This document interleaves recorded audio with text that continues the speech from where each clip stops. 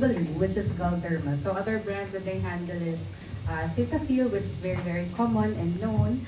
So now they are venturing, actually matagal na, they are into dermatologic treatment and skincare. So one of the lucky ambassadors, doctor ambassadors in the Philippines is me. So I was able to explore their products. I tried and tested it. So sabi ko nga sa mga pasyente, hindi ko kayo bibigyan ng produkto na hindi ko nagamit at hindi ko na-test, na hindi ko nagamit sa pamilya ko, di ba? Siyempre gagamitin mo sa mga kapamilya mo is something that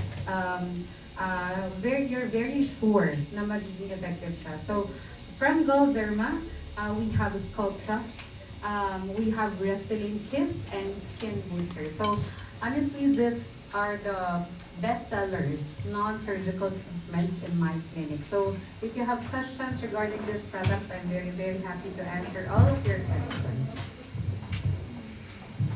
Alright, so doon na tayo sa no holds barred. Gusto kong Q&A, panigan. gusto yun. At hindi Gusto ko yung talaga parang TikTok. nagchichikahan lang You can tayo. ask everything. Personal, in their aesthetic world, their profession, and everything. Oo. Kaya-kaya ni Doktora. Sino ang ating first question? Si Rain daw po. Okay, Rain. Sorry, Rain. Kaya mo na dyan, Rain. Yung mic natin kasi diwar. Kayo, kay Dr. Ruth, I read kasi sa somewhere. Yes, rain check. Yeah, rain check. yung Hi, rain Rain. check. Rain check plus. I read somewhere kasi na bago nyo ginagawa yung mga procedures, meron kayong parang assessment na ginagawa na if they are, emotionally or mentally ready for the procedure. Ano po ba yung, can you enlighten us, ano yung assessment na ginagawa niyo? Okay, ideally kasi when a doctor sees a patient, like kayo, some way, one way or another, nagkaroon na kayo ng consultation from a doctor before. So dapat yung una, you do physical examination, history taking, and then you give out your plan. So ito yung tamang process. But nowadays, because of the advent of social media, parang nawawala na yun. So parang gusto na lang nila dun tayo agad sa before and after without really asking the background, the medical condition, the history of the patient. So ako, I try to apply pa din the conventional ways of knowing your patient, knowing their history, because yun yung proper. So kailangan kilalanin mo muna yung patient. I-examine mo, hahawakan mo yung ilong, kailangan mo i-assess what's really needed, and then that's the time you give up your plan. So tingin ko, na-appreciate yun ng patient because social media sometimes it gives us the filtered look. Pero in reality, ang question is, achievable ba yung mga results na gustong makita ng patient or makatotohanan ba siya in short. So we really need to focus on knowing the patient, knowing what they want, and giving them the proper treatment plan for them. So I try to stick with the conventional, but syempre apply the modern ways of checking and knowing the patients. Meron po ba kayong mga instances o mga patient na sabi nila na gusto nila ganito yung gusto nilang mangyari sa kanila, and then kayo ay parang hindi pwede ba? So in-explain sa kanila na hindi pwede. Yeah, so marami na ako na broken-hearted din na patient because in reality, dun tayo sa totoo lang, no? So for example, you show me this specific look, I will tell you if it's achievable or this is if this is achievable and if kaya ba siyang ma-achieve or does it fit your personality or your anatomy per se. So marami na akong mga na-turn down, marami na din akong mga na educate. It's more of educating them na these are the things that we can achieve with your nose or your skin and with your what are your aims, and then binabangga ko lang din sa realidad na resulta, realistic expectations. Last question for me, Doktora. Bakit po nose? I mean, di ba palaging pag sinabing may gusto kang baguhin sa'yo, sa sarili mo, yung nose yung parang palaging na pinapag-isipan na una. Ano po bang meron sa nose na bakit yun yung palaging nababago? So, brief background about me. I took a bit of a course sa interior designing. So, doon, isa sa di ko makakalimutan na course namin is, part ng course namin is understanding ang focal point ng isang room. Like, when you go inside the room, you check ano yung pinaka-highlight. So in the face, there's also a focal point, which is your nose.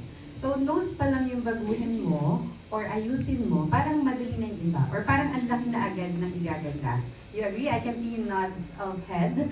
So, ibig sabihin, yun lang yung i-enhance mo, parang everything else medyo mas madali na. And para kasing hina-highlight niya the rest of the features of the face. So sabi ng mga patient, Doc, nagpa-rhino lang ako pero sabi ng mga tao parang gumanda yung mata ko, gumanda yung cheeks ko, gumanda yung smile ko kasi nga siya yung focal point, siya yung sentro ng face. So a little enhancement or if you improve on your nose, malaki na yung difference.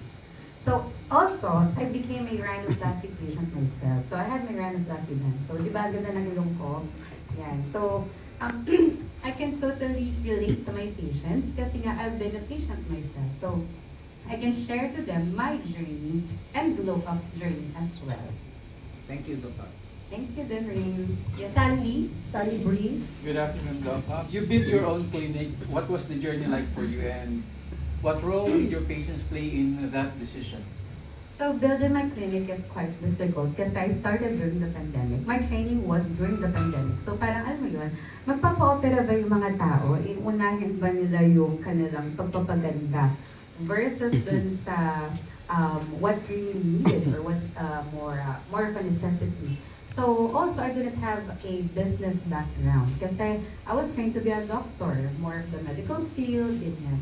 So medyo mahirap for me when I was starting, but luckily here I am. Medyo na-surpass naman natin yung mga struggles na yun. So actually yung building my own clinic is actually parang my patient requested for it. Because before, I just do parang partnering with other clinic. Pero sabi ng mga patient, Doc, parang why don't you build your own? Para meron ka ng sarili. And honestly, medyo takot ako nun. Kasi nga sabi ko, do I know how to handle the business? Kaya ko ba magpalakad ng mga tao? Or kaya ko bang aralin tong system na to? Kasi it's something that is not innate to me. Pero yan, I learn as I go along. So still learning as a business person and a doctor. Alright. My second question, Doc, is in your experience, how does improving one's appearance affect a person's confidence? So it's a lot, no? So that nowadays, if you look good, it's actually I call it a social advantage. No? So for example, I compare it in a landscape. Di ba? Kunwari, magpunta ka ng Switzerland.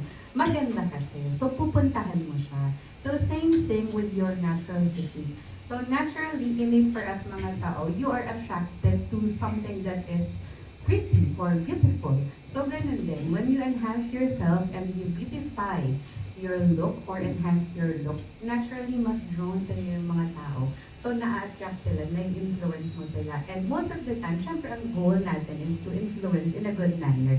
Yung para maka-attract ka ng tao in a positive way. So after that positivity na nakikita nila sa itsura mo, I think everything else will follow. Your success, your relationship, your aura, your influence over other things. So very, very important nowadays na you enhance yourself, especially it's a social advantage in the era of social media. Alright, one last. For someone considering na magpapaayos ng ilong, what's the most important thing that they should remember, and how can they make sure they're doing it on the right reason? It all boils down to getting to know yourself. Kailangan, klaro yung alam mo. Like, kunwari, Doc, gusto ko ng ilong ni Anne Hathaway. Or, Doc, gusto ko ng ilong ni Liza Soberano. So, I tell my patient, you tell me your peg. We call it a spec.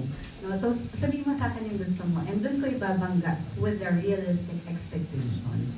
So, I need to manage their expectations. So, I need to know my patients first before I'm able to do or execute yung gusto nila for their noses or for their skin or body in general.